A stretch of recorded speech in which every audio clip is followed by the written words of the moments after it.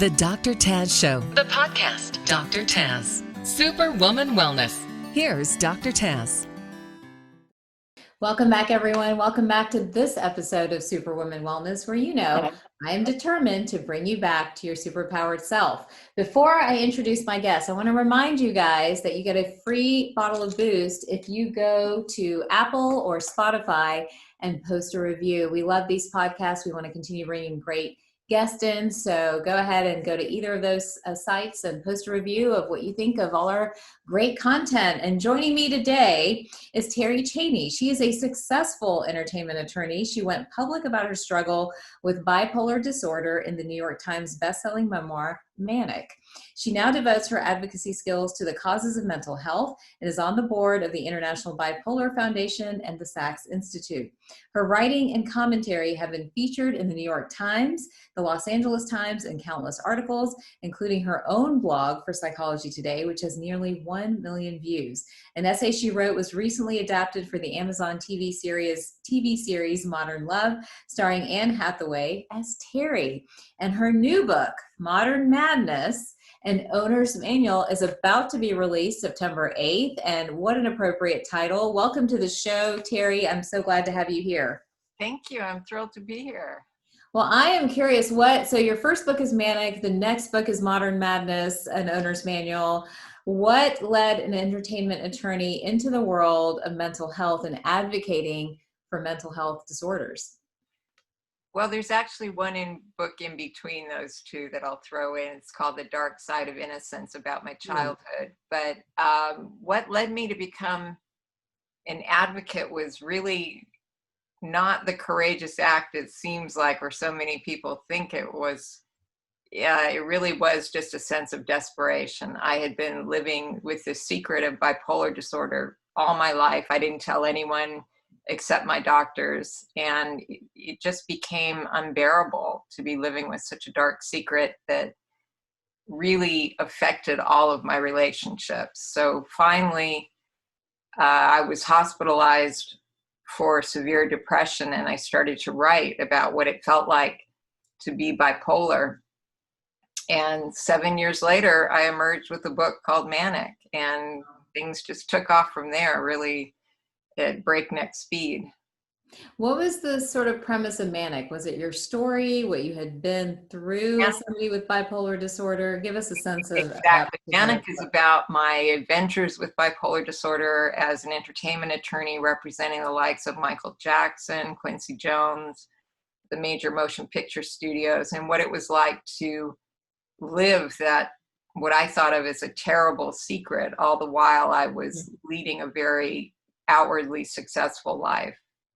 How did your bipolar present? I can't imagine having bipolar and then dealing with those people, who themselves have a lot of like ups and downs. So how did your bipolar manifest? What was it like? Well, I would struggle the most with depression, and I think people are more familiar with that, certainly during COVID-19. Where I just felt hopeless. I couldn't move. I couldn't imagine a future living like this. But that would then cycle into mania, which is a state where you're very productive and very charismatic, energetic. And fortunately or unfortunately, Hollywood, I think, is inherently manic. And that level of functioning really was rewarded in a strange way. So I could get away with a lot more than I think most people could. Interesting. So you kind of put on this front for a while. You finally come forth and write this book, and it's sort of like probably cathartic for you. Where do you stand today with your mental health and managing bipolar? And then what's led to some of these other books? Kind of what was that journey? I am in such a better place than I've ever been. I'm really happy to be talking about bipolar disorder and acting as a mental health advocate.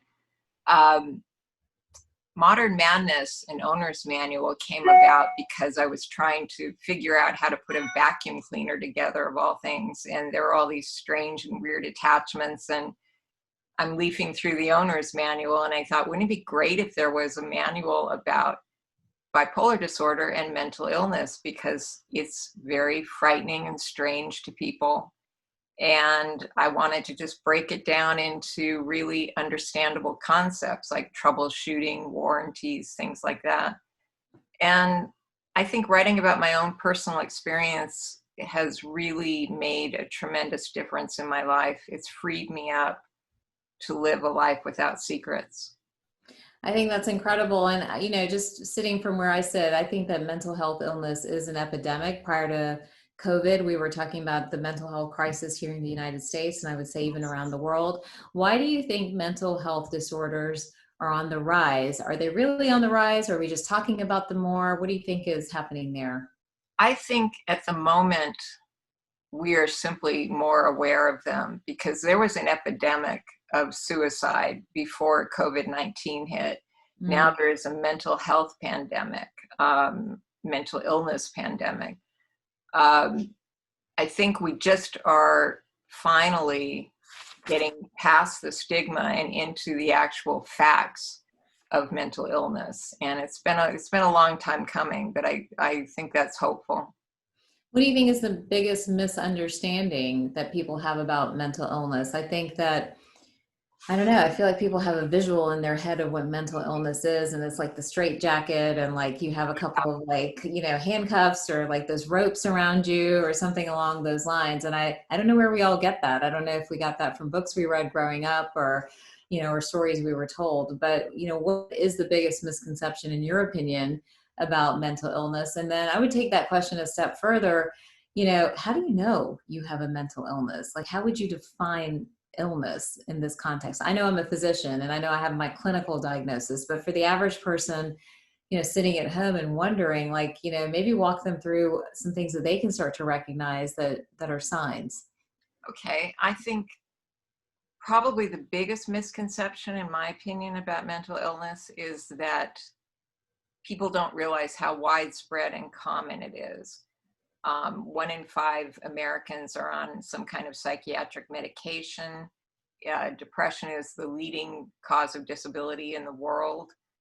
And I think the way that you really need to look at it as, it's like there should be reading, math, and mental health, in my opinion, in schools. You really need to educate yourself about what mental illness looks like and what we can do about it. And that's what I'm hoping Modern Madness will do.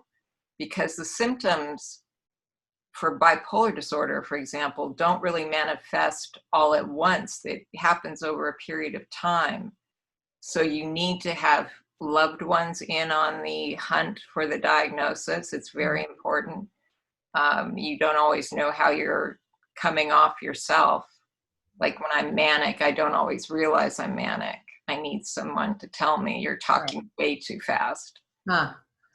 And then, dealing with some of the clients that you've dealt with over the years, could you see mental illness in them? Were you able to recognize some of the signs and symptoms there? And again, just trying to paint that picture for somebody sitting at home who's like, I don't have a mental illness. I'm fine. I don't need this, or there's a defense that comes up when you suggest that somebody has an issue that might need to be worked on. But what are some of the soft signs that you've noticed, maybe in dealing with others, maybe with yourself, maybe within your family, that are non-doctor ways of recognizing some of this? Well, I think I write in Modern Madness that I have the ability to spot depression from across a crowded room because it shows up a lot in the face. It looks like gravity is really weighing a person down more than someone else. The inability to smile, the things that we take so for granted, just the ability to get out of bed, take a shower. It's the small things where mental illness manifests. And I think that's what a lot of people don't realize. They're thinking of it, as you were saying, like homeless people on the street. But believe me, in Hollywood, I recognized a lot of symptoms, but then I was very aware of them because of my own illness. So in Modern Madness, you try to take a really practical approach to dealing with mental illness. Give us an example of what you do here that you didn't talk about in Manic, And what are some of those things that people can do that are very tactical and tangible and not requiring a lot of time and effort and money and all those things? I've got a great trick that I've taught all my loved ones, and I would love for the world to understand. What you need to do when someone is suffering from depression, for example, or another mental illness that's manifesting, is just say 5 little words. Tell me where it hurts.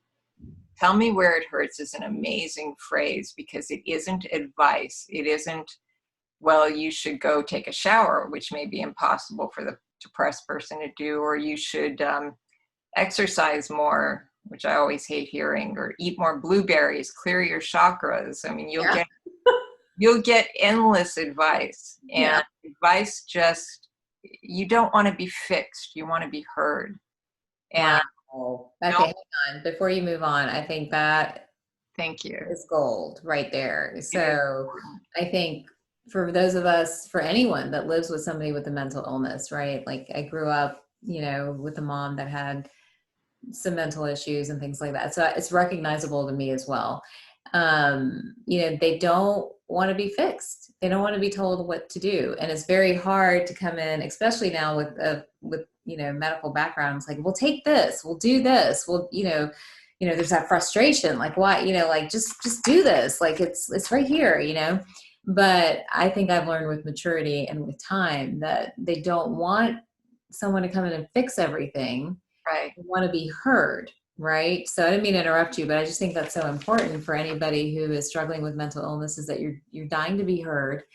And then for those who are caring for the mentally ill, like realizing that we are not necessarily in the role of fixing stuff. We just need to listen and to hear them. And sometimes that's the hardest thing of all. It can be very, very hard, because a depressed person quite often will not say things you want to hear. They see the world in a very dark way and through a dark lens, and it can be really difficult to just sit there and be patient and listen. But you'll watch as they open up, I guarantee it.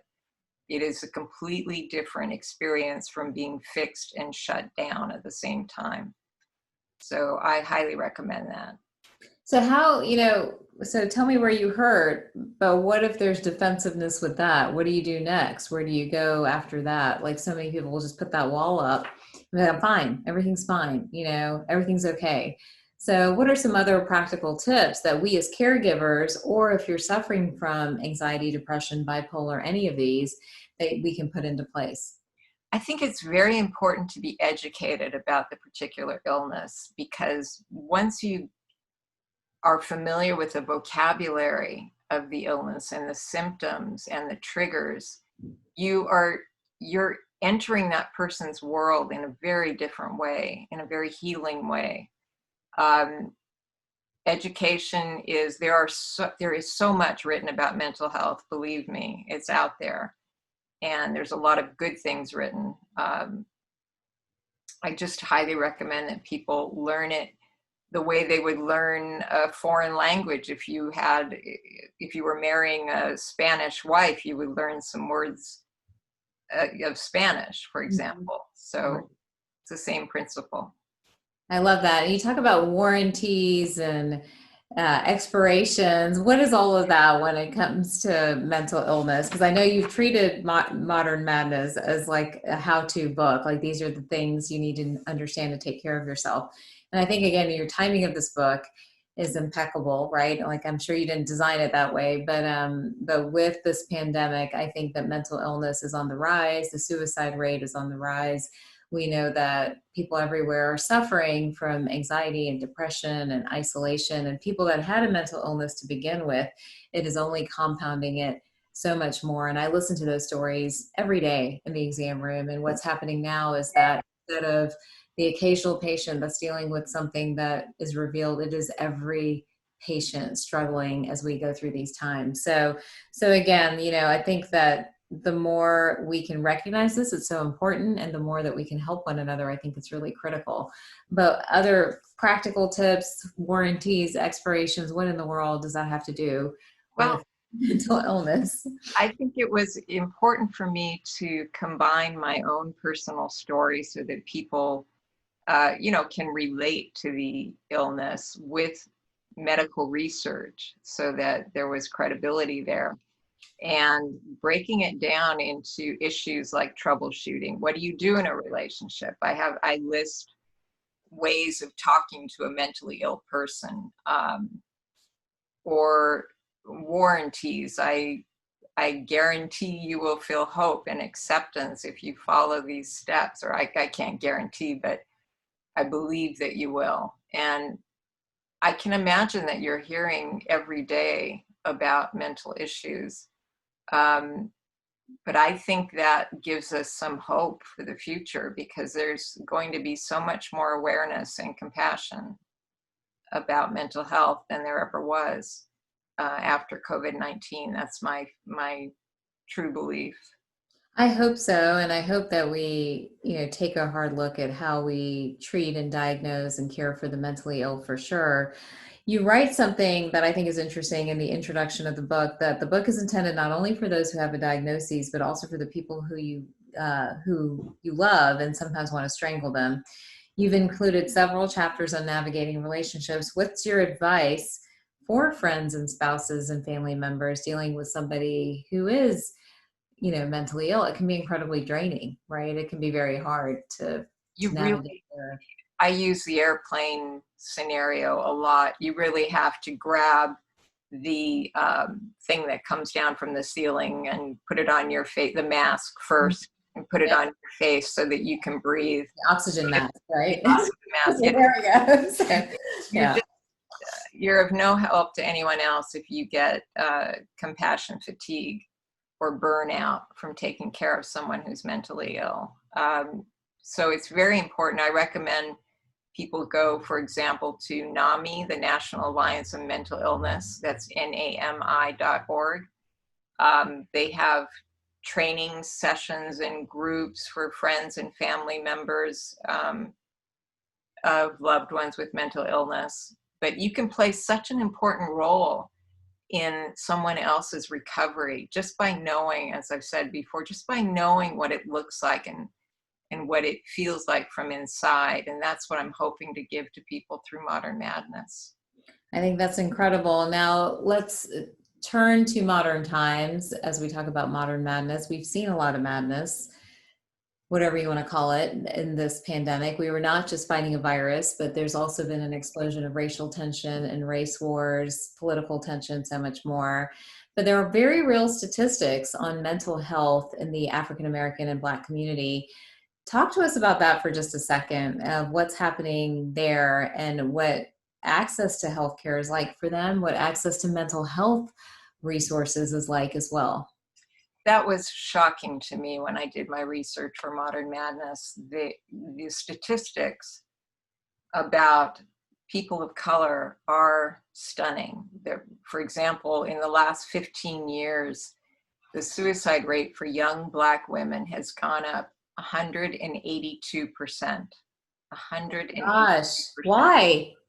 Well, one of the problems that people of color encounter with mental health is that there isn't a lot of what we call cultural competence, meaning caregivers who really do understand their cultural backgrounds and the differences that there are in the way one community or another looks at mental illness. And that can really just eliminate successful treatment.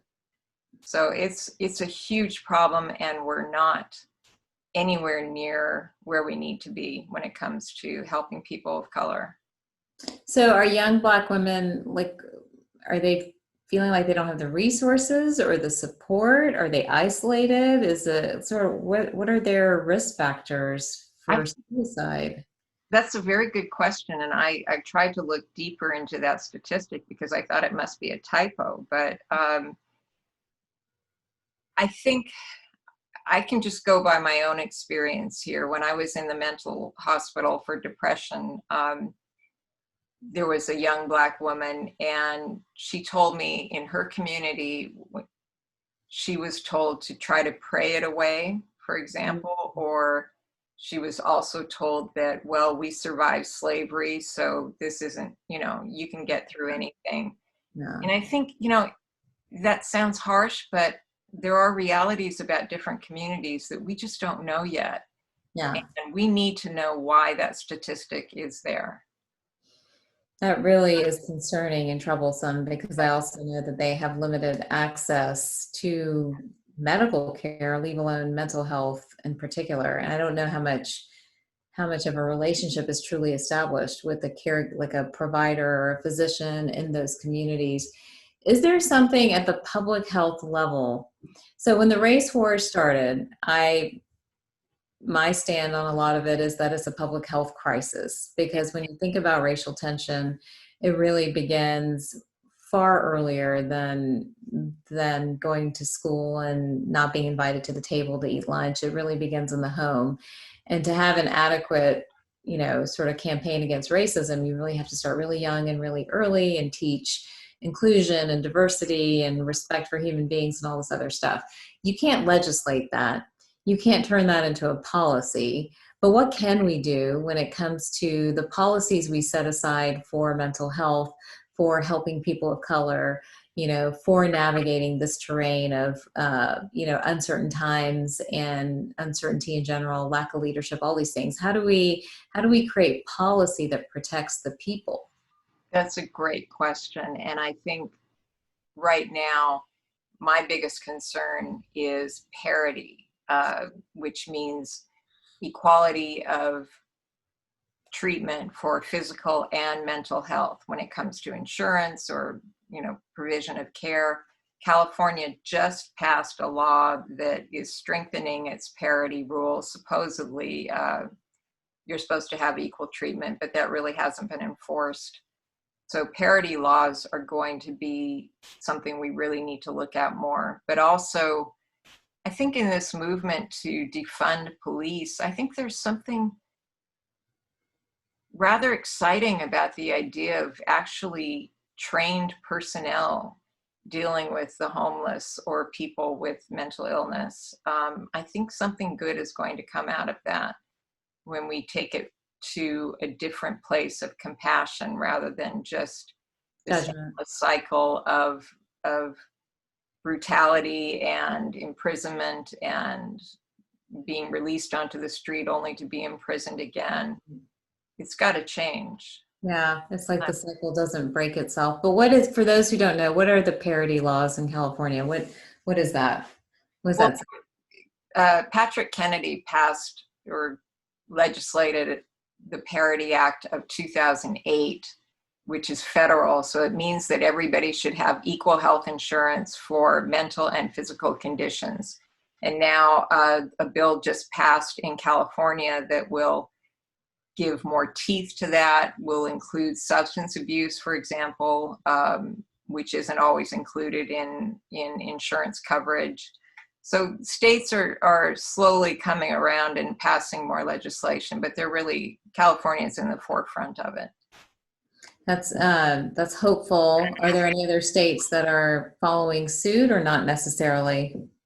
I don't know if any other states are following the California model, but this just happened, I think today or yesterday. So I'm definitely going to follow up on that because I'm fascinated by the issue. I know even as a middle class white woman, I've found it extremely hard to find adequate compensation for my treatment. So tell us what's happening there. Have you done, I don't know if the book talks much about, the reimbursement of mental health expenses and the coverage of mental health services and things like that. What does that landscape look like nowadays? No, I don't. I'm not really an expert on insurance reimbursement. I don't think there are many experts on insurance reimbursement, but none of us know what's going on at this point with insurance companies. But yeah, I think that telehealth is an interesting movement and something generated by COVID-19 that's going to be very, very useful for mental health access and care, because you think of all the rural communities where there's one psychiatrist per how many people. I've noticed it's not quite the same as being there with your physician or your psychiatrist, but it's a great stopgap. And for people who can't afford to take off from their work, for example, they can telecommute, Right. get mental health care. Yeah. As a And doctor, that's interesting. when you think about mental health care that works, what would that look like? Is that more counseling? Is that medication management? Like, what would an appropriate, well thought out mental health, just based on the experience that you've had and what you've researched being on the different boards and stuff like that, what's a good mental health kind of care plan for the average person? Well, I think what researchers have found is that if you combine talk therapy with medication, you're going to get the best results. And I have a particular strong feeling about the need for actual psychiatrists to prescribe mental health medications, because I think it is it's an art form. It really is something more intensive and more complicated than many primary care physicians are able to deal with. And so many people, like I said before, 1 out of 5 Americans are on mental health medications. They get them from their primary care doctor, who doesn't necessarily follow through, or the person doesn't feel that they can call them when they need their medication tweaked. Whereas with a psychiatrist, that's what they do. They manage mental health medication. So I think it's very important to try to get that specialty involved if you can. Yeah, and I would just advocate too for having a complete team, because again, as somebody who does a lot of integrative and functional and holistic work, a lot of mental health that we see is sometimes connected to genetics or to hormones or to nutrients or to gut dysfunction. And those, like with anything, almost with any condition, those things need to be worked through so that any medication management you're doing, any talk therapy you're doing is only more effective. Because especially when it comes to women, I think, we're such hormonal creatures that we can look completely different mentally from one week to the next. And those highs and lows have to be managed. And sometimes they need medications to manage them.